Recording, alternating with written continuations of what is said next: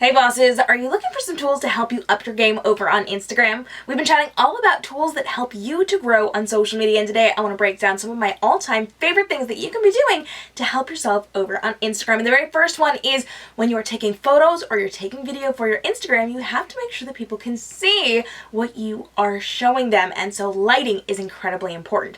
So I do recommend that you use natural light. If you can be by a window or an open door, you can be outside, that is going to be best. And if you can't, use artificial lights like an umbrella light or a ring light, and that is going to help enhance your imagery and your video. Now, if you are using artificial light and you're not using a higher quality light like an umbrella light or a ring light, you want to make sure that you are using something like a white-based light bulb. So whatever lamp you are using, whatever light source you happen to be working with, you want to make sure it's white-based and not yellow-based so you don't have a weird yellow tinge on your skin or on whatever you happen to be showing in your image or in your video. And you want to take careful care that you are making sure that you use something that really shows it off in the best natural looking light possible. Now you also want to make sure that you are using the best quality camera you have access to. So if you have a professional camera and you know how to use it, use that. But if you don't, a point and shoot will also work. Now let's just say you don't have a point and shoot, you can also use your phone. I always say use the best quality equipment you have access to and you know how to use, and then learn. Don't just settle for what you have access to. Make sure that you are strategically working to up your game in whatever you're doing with your social media marketing and your branding within your business. So if you're using a cell phone right now, that's totally okay. But make it your goal to learn and to grow into a better end camera so that you are upping your game as you are going and strategizing within your business. So take the time to learn, take the time to do some setting. I'm actually going to link some of my favorite cameras down below so you can see what's going to work with your particular brand and your business, and you can grow into what's going to work for you. Right now I'm using a Canon 60D to record this, and that's what I use to do most of my photos and videos for my social media, and that's because it has a really cool flip out camera, but it's also a professional grade camera, and it's actually pretty affordable for you guys too. So that's something definitely to work into. But I also have a Canon 5D Mark III, so I've got all sorts of fun things. I'm going to drop those down below, some of my favorites, and you can check those out. You can also go to kmrobinson.com/tools for all of my tips and tricks on resources and programs and products that you can be using to make your business even better out on social media as you are marketing. Now, the next thing I want to talk about is a tripod. Now, if you happen to be doing product photography, I know a lot of you are, it might actually be helpful for you to put your camera on a tripod, focus it, and then just use a remote shutter release to take your photos. We talked about our remote shutter release in our last video. Make sure you check it out here on Facebook. This is actually connects to your camera or to your phone, whatever it happens to be, and allows you to take photos while you are not right next to your camera. It also helps you to focus if you are taking photos or video of yourself so that you don't have to guess on your focus as you are creating this content for your social media platforms. Putting this on a tripod helps to keep it steady whether you're doing video or whether you are doing your product photography or you are taking images of yourself for a social media image, for a thumbnail.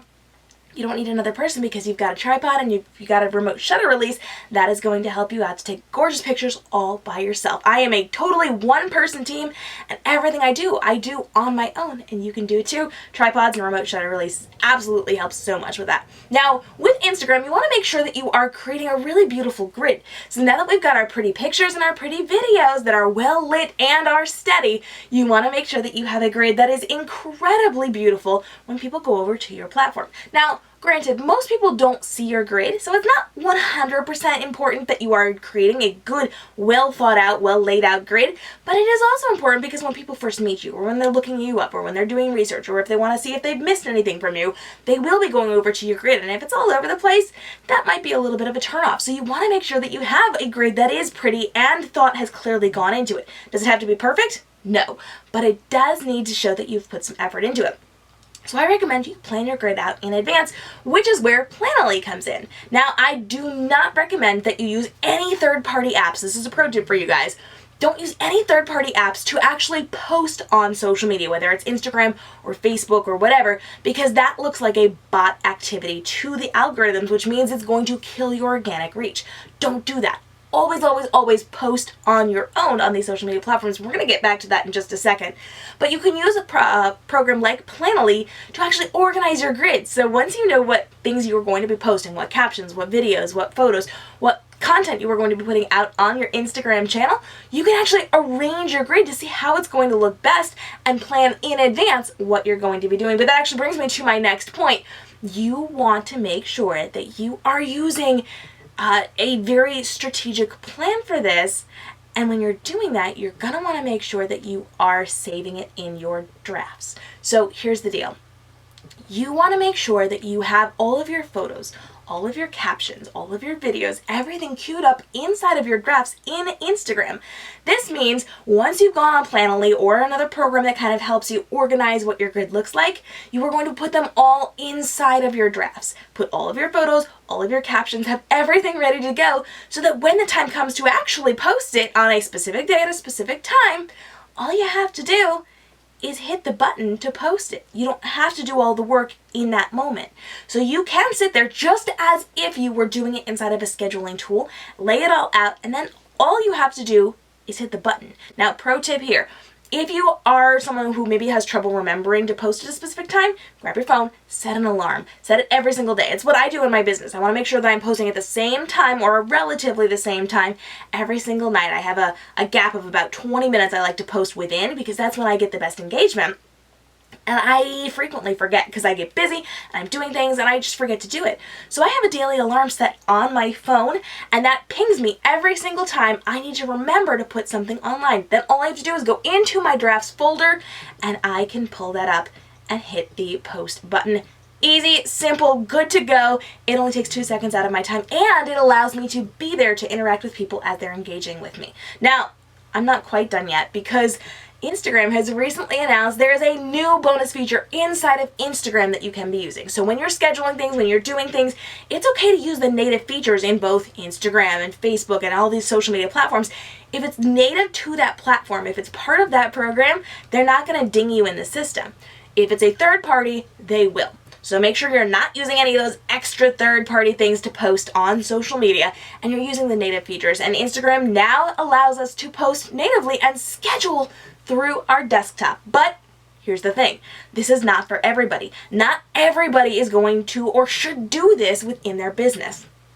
To do this, you actually have to have a business account. You know that as a social media strategist, we tend to recommend to you that you do not use a business account on Instagram. Right now, as this video is being posted, Instagram does not require us to use a business account like Facebook does.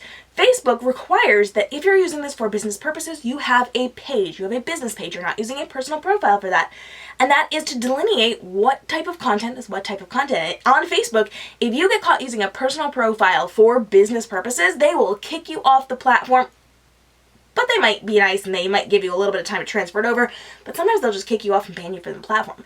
Right now, Instagram does not do that, but we see the writing on the wall. Eventually, they're going to get to the point where they do mandate that businesses have business accounts and personal accounts are kept personal. And that is because in the future, they're going to want to distinguish how people are running ads and the organic reach you're getting so that more people are running ads so they reach the correct audience. But right now, they're not doing that.